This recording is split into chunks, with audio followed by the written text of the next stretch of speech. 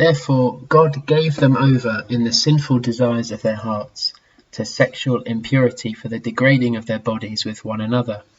They exchanged the truth about God for a lie and worshipped and served created things rather than the Creator, who is forever praised. Amen. Because of this, God gave them over to shameful lusts. Even their women exchanged natural sexual relations for unnatural ones. In the same way, the men also abandoned natural relations with women and were inflamed with lust for one another. Men committed shameful acts with other men and received in themselves the due penalty for their error. Furthermore, just as they did not think it worthwhile to retain the knowledge of God, so God gave them over to a depraved mind, so that they do what ought not to be done. They have become filled with every kind of wickedness, evil, greed, and depravity. They are full of envy, murder, strife, deceit, and malice. They are gossips, slanderers, God-haters, insolent, arrogant, and boastful. They invent ways of doing evil. They disobey their parents. They have no understanding, no fidelity, no love, no mercy. Although they know God's righteous decree that those who do such things deserve death, they not only continue to do these very things, but also approve of those who practice them. So you should see a handout sort of lurking nearby, hopefully. I think there were half a dozen on the balcony, so hopefully you can get sight of one. It's 2 weeks since we were last in Romans, and so I thought it was important really to try and very quickly, as quickly as I can, just recap the things that we saw 2 weeks ago. Because our passage this morning, which as Dave's just read, very much flows out of what we'd seen previously. So if you can grab one of the little handouts, I'm going to use that hopefully to do a very quick recap. If you've got the numbers 4, 5 and 6 on the back, it should be 1, 2 and 3. That's just my printing woes of the week. Now, we've got quite a lot to get through. I hope you had a big breakfast. And what we're going to cover, I think, is going to be quite challenging. And I think it will probably produce questions in us. So I'm going to say that's a good thing. Please don't be worried about questions that come up. Maybe note them down. Do come and chat to me about them this morning or contact me during the week to chat. It's absolutely fine. I think when questions come up and things are provoked in us, that's a good thing, and we need to wrestle with those things. So please don't hesitate to come and talk. I know the person at the front can seem quite scary and, somebody you can't come and talk to and so on. I can only urge you to do that. And honestly, I'm grappling and wrestling with things as well. So please do come and talk to me or growth group leader if you need to. What we saw last time, we looked particularly at verses 14 down to about 25, although we left verse 24. So that sort of section of this letter to the Romans. And it starts in verses 14 and 15. And again, I'm just running down the summary I've put there. At a place of real sort of enthusiasm for Paul. He wants to preach, basically. He desperately wants to preach. He wants to go everywhere. He's been to several places. Dave mentioned some earlier, Thessalonica and Philippi and other places. He longs to get to Rome. He wants to get to Spain. He just wants to preach. And the reason for that is there in verses 16 and 17. The gospel, which is God's announcement, God's news, is, as far as Paul's concerned, the power of God that brings salvation to everyone who believes. So this message about Jesus is, as Dave showed us with the picture, it's like a lifeboat. When Paul proclaims the news about Jesus wherever he goes, people are believing and putting their trust in Jesus, and they are saved. We said last time they're saved from their rebellion, their sins, their waywardness, their wrongdoing. They're saved from God's judgment. And so for Paul, it's the best thing in the world he can possibly do. He desperately wants to preach the gospel. And in the gospel, verse 17, he says the righteousness of God is revealed. And we'll come back to that a bit more later this morning and a lot more in chapter 3. But in this message, it's a message about the righteousness of God. It's the fact that God is righteous. We are not, which is the big thing we're going to see this morning. And yet God can make the unrighteous righteous and do it righteously or justly. That's what chapter 3 is going to explain. So in this message, the righteousness of God is shown for all to see. And then with the idea of God's righteousness and perfection and purity and holiness in mind, Paul then begins to outline the problem we are in as a human race and as a world. He says, thinking about the righteousness of God, the wrath of God, the justice of God, is being revealed now in our lifetime against all godlessness and wickedness. Because as human people, Paul then diagnoses our condition. He says what we do very naturally and instinctively is we suppress the truth about God. We talked the idea of suppressing being like having some sort of cabinet that we store blankets in or something that won't quite shut, and we sit on it and try and sort of squeeze it down and shut it. That's the idea of suppression. When God's word, God's truth comes to us, we naturally want to suppress it. We don't want it, we reject it. It's an impulse of our hearts to do that. And Paul explains that actually the truth about God is plain in verse 19. Dave mentioned autumn, winter, spring, summer. Throughout the year, God is putting evidence of his existence in front of our very noses. That's what Paul explains in verses 19 and 20. The truth about God is plain. His presence, his eternal power, his divine nature are clearly seen from what he's made. He's put it right in front of our faces. The invisible God is revealed in the visible, and yet we suppress the truth. We don't want to see it.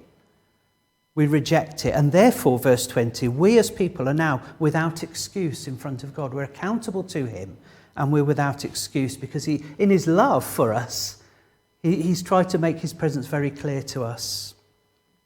And therefore, verse 21, although we know him, although we know he's there, we don't glorify him, we don't thank him, we don't serve him. The follow-on from that is that our thinking then becomes futile, our foolish hearts become even more darkened, and we end up with this tragic position at the end there, verses 22, 25. We've exchanged God for idols, for like God's substitutes.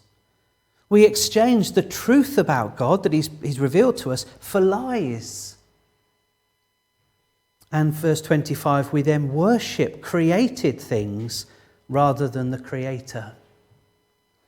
So it's a sort of a devastating passage, wasn't it, 2 weeks ago, really, of the God who's made us and created us and made himself known, but our response to him. And it's like a catalogue of just, well, what have I put here? Tragic descent, really. Now, with that in mind, we then move on into the passage for today. We need that background because Paul's argument follows on. Verses 18 to 25 is very much the reason for the anger of God or the wrath of God in verse 18 that's being revealed. He's righteous, he's just, our world is full of unrighteousness and wickedness. We suppress the truth, we personally reject him, we worship other things, and God is angry. His wrath is stirred. Now, it's important, I think, to make it clear that God's anger is not like our anger. Let's imagine this scene. Sorry, this has just come off the top of my head, so if anything can happen. Let's imagine that they've practiced beautifully for hours. They've arranged the music. And then suddenly, Mike is into a guitar solo. He's down on his knees. He's going, Sarah and Marilyn would have every right, wouldn't it? They would probably think, what on earth are you doing? They may, I don't know, but they may have a sort of propensity towards being quite quick-tempered, or there might be frustration that builds that then turns into anger. There could be all sorts of things. That's how our anger often works. We can be quick-tempered, we can be frustrated, we can suddenly get out of control, we can explode, we can yell, we can shout, we can do all sorts of things that are horrible to see and be on the other end of. God's anger's not like that.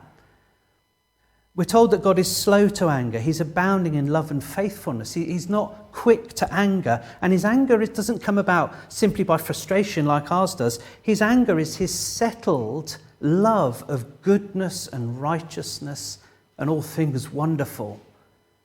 And with that comes a hatred of all that is evil and wrong and any mistreatment of him and other people. His justice, and we don't have this, it's hard to imagine, his justice cannot tolerate wrong or ignore it or brush it under the carpet. There must be a reckoning, there must be an accountability. That's how his righteousness and his justice is. And we saw, again 2 weeks ago, and we'll see this in chapter 2, that there is a day of accounting in the future. God will bring justice fully and finally to every person in the future. But what verse 18 says is that the wrath of God, the anger of God, is being revealed from heaven now, present tense. And so the question before us this morning, and if we'd had more time, you could have had a little discussion of this with your neighbour, is how is God's wrath revealed in the present? I wonder if you chatted with somebody what you might have come up with there. The passage leaves us in no doubt, and there's many things we could say on this, but let's try and keep within the passage. God's wrath, it seems from this passage, is revealed in the present, and he says it 3 times so that we don't miss it. Have a look down at verse 24. I think we're onto the other side of that sheet that I've given you now. But look at the passage, Romans 1:24. 3 times God uses the same phrase. Therefore, verse 24, God gave them over in the sinful desires of their hearts to sexual impurity. Verse 26, because of this, God gave them over to shameful lusts. And then finally, verse 28, furthermore, just as they did not think it worthwhile to retain the knowledge of God, in other words, we suppressed the truth, so God gave them over to a depraved mind so that they do what ought not to be done. So 3 times in this passage with the same phrase, God gave them over. So how is his wrath revealed in the present? God gives us over. During the week I was thinking about the sort of image, which I'm sure we've either seen in reality or at least on the TV or something, of a dog straining at the leash. You've seen that sort of, I'm imagining quite a big dog, don't mean to be sizist. I can't imagine Jacques and Nicola's dog doing this at all, but a bigger dog straining at the leash, teeth, fangs sort of out there for all to see, saliva frothing at the mouth, desperate, perhaps have seen a squirrel in the distance, wanting to get there, pulling and pulling, the owner hanging on to this sort of leash, a passion to get away, to do the thing that they want to do. That's the sense of what comes through here in Romans 1. God actually, as you look across the Bible, it's called his common grace. He often, usually, restrains evil. He holds people and nations back from doing the things that they want to do. So when we get to Romans 13, you'll see in there the passage about governments and authorities and law and order is described in Romans 13 as God's gift. They are his servants to his world to restrain evil, to bring justice, to hold us back. And that's how he's still operating often now. But there are times when his wrath is revealed by giving us over, unclipping the leash. And in these 3 sort of sections we're taken through, and he begins, it seems, with sexual giving over and then moves into just a plethora of awful stuff in verse 28. So just briefly, as we go through verse 24, Paul, actually it's not here in our translation, uses the word uncleanness. Therefore, firstly, God gave them over to the sinful desires of their hearts, to uncleanness, for the degrading of their bodies with one another. And it does seem that sexual immorality is in view here. That's absolutely critical. I was thinking about the Women's Day yesterday. We really could do with an entire day to look at this passage and think it all through very, very carefully. We don't have that, but it's important, I think, for us to remember before we see where we are travelling, where God is giving us over to or letting us go, we need to understand what his design is. So as the creator and as the life giver, we need to remember from early chapters in Genesis and the rest of the Bible that God has created sex to be a beautiful thing for the creation of children, for a wonderful environment for the creation of children and the care of children and the upbringing of children. He's also created sex to be a wonderful gift to a married couple for the joyful expression of love for one another in that deep one flesh union of husband and wife, of man and woman. That's God's good design. His plan at the very beginning is that two people come together for life, to make a covenant together, to promise to one another, to love and to care, to have cherished and so on in sickness and health and all the rest of it, for life. And sex is his gift in the heart of that relationship. Sex in the Bible belongs to God. It's his gift to give. And he gives it to be used in service of him. I've done in the last couple of years 4, I think, couples have been married and gone through this time and time again. It's so come across so wonderful and beautiful, the creation of God, the plan of God. For sex to be used at the heart of that marriage, for the good of the marriage, for the good of the family, for the good of the children, for the good overflowing into society. With that in mind, we then come to Romans 1 and we see that as human beings, we firstly, and this is why we did the recap, we've dethroned God. We suppress the truth. We don't want him to be God. We don't want him to be our king. And then what we see in Romans 1 is the most tragic and awful ransacking of his kingdom. We grab his gifts and we determine to use them just as we see fit. The other thoughts that came to mind looking at this during the week is that of mutiny, keeping the ship theme going. Mutiny on board a ship. Throwing the captain off like pirates on God's vessel.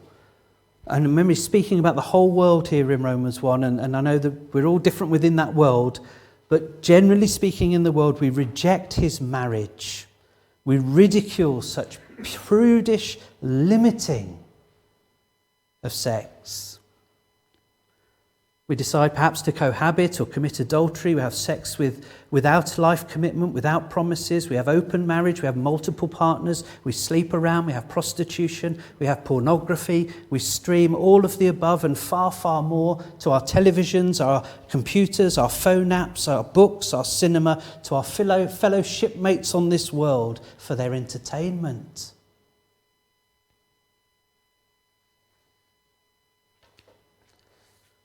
And then, verse 25, we exchange the truth about God for a lie. We worship and serve created things rather than the Creator, who is forever praised. And because of this, God gave them over to shameful lusts. Even their women exchanged natural sexual relations for unnatural ones. In the same way, men also abandoned natural relationships with women and were inflamed with lust for one another. Men committed shameful acts with other men and received in themselves the due penalty for their error. The diagnosis of verse 25 is just devastating. We swap God's truth for lies. We base our lives, according to verse 25, on our thinking, our convictions, our worldviews, on falsehoods and lies that we have believed. And we don't see often that we're doing that in the world at large, because the object of our worship has changed. We no longer worship the one true God, but we worship created things. Created things are the thing that we serve now and the thing that we long for. We've substituted God for these other things. We look to other things to satisfy, to give meaning and purpose and pleasure. And the interesting thing, particularly nowadays, of course, is that it's all under the name of progress. The sexual revolution of the 60s, right through to the present day, are described by many as a triumph. Some would describe them as a dawning of a new day of freedom, where individuals are free at last to be who they are, do what they want to do. All options are good. All are to be freely enjoyed. This is not the message that we're celebrating these days. And of course, this end point is completely understandable. When God is completely removed from our thinking, when the Creator is thrown, as it were, overboard, the logical, natural end point is that we live as God. We rejoice that we can do whatever we want to do. No boundaries, no limits. My freedom. It's the logical end point when the captain is thrown overboard. And verse 22, of course, says, doesn't it there, that we believe we're being wise. Although they claim to be wise, they became fools. We celebrate our society, we celebrate where we are, and yet the one clear message of Romans 1 is that what we are in fact seeing is not progress, but we are seeing the wrath of God. God is giving us over. God is choosing no longer to restrain. He's allowing us to go for and receive what it is in our hearts we actually want. We could stop now for hours to look. I've spent, like Dave, I've not been in the lifeboats all week. I've spent a bit of time just looking at the actual depth of what it is we are creating. R. Kelly and Sarah Everard are the tip of an enormous iceberg. I read this week, according to the Office of National Statistics, it says here, the year ending March 2020 crime survey for England and Wales, there's an estimated 1.6 million adults aged between 16 and 74 who have experienced sexual assault by rape or the attempted rape since the age of 16. 1.6 million people. On the UN website, of the 25 million people that are trafficked, 79% is for sex purposes. 79% of 25 million people trafficked. We now have people broadcasting anything and everything on apps and websites where people can pay to see people do whatever they want them to do. One of the most popular pornography websites in 2017 had 28.5 billion visits, 1,000 visits per second, 78.1 million visits a day in 2017. That 28.5 billion jumped to 33.5 billion the following year, and then 42 billion in 2019. It's only one site. We haven't got time to look at the effect of this newfound freedom and progress upon home life, marriages or long-term relationships, the children in these situations.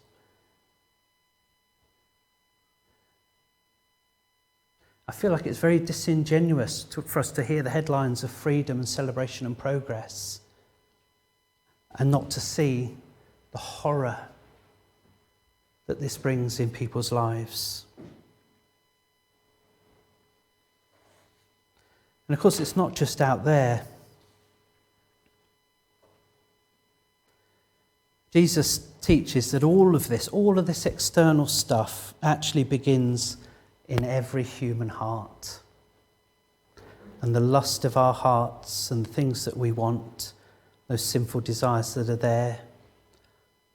There are many people in this room that know that's true. It's not them and us.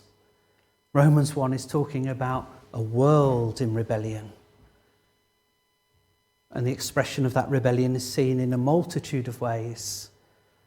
And I'm sure there isn't one of us that there isn't something of this in.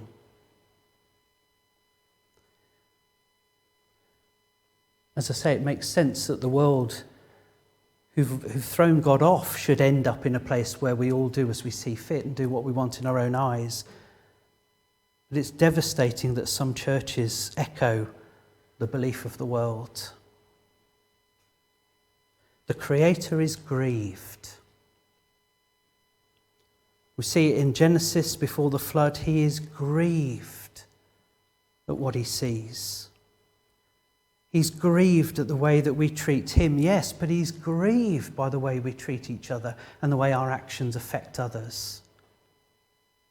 He's grieved when he sees us take something that he has designed to be so beautiful, so other person-centered, so benefiting the family and the society, taken and just ransacked and abused and his settled righteous anger is experienced. It will be experienced at the end of the day. Romans 2 will leave us in no doubt of that every one of us is accountable before him and there will be justice.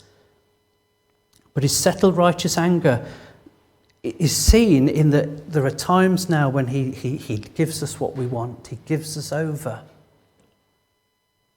He doesn't restrain in his kindness, but in his justice he gives us over.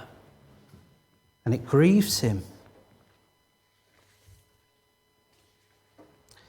We've got another section. I'm going to read it, but we haven't got much time. But verse 28, the third section, follows on exactly the same.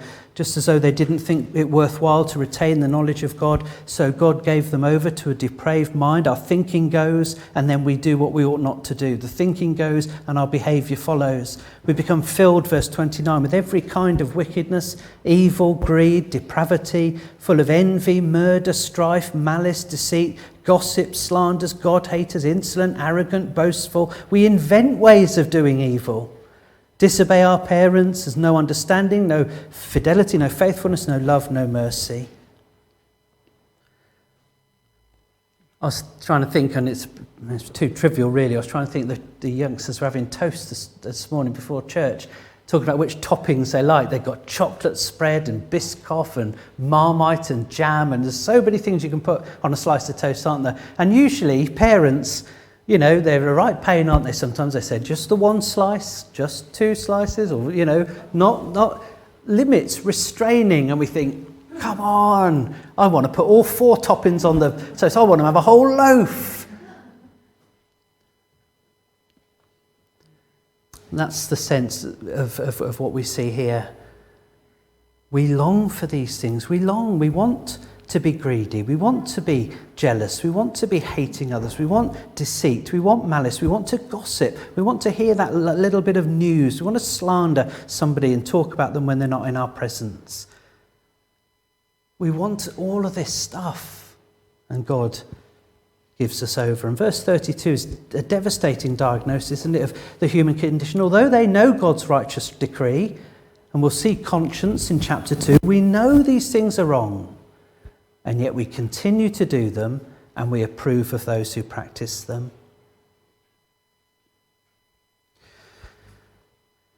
I did say, didn't I, I'll say a short while ago, that's because time's flown for me, but not for you.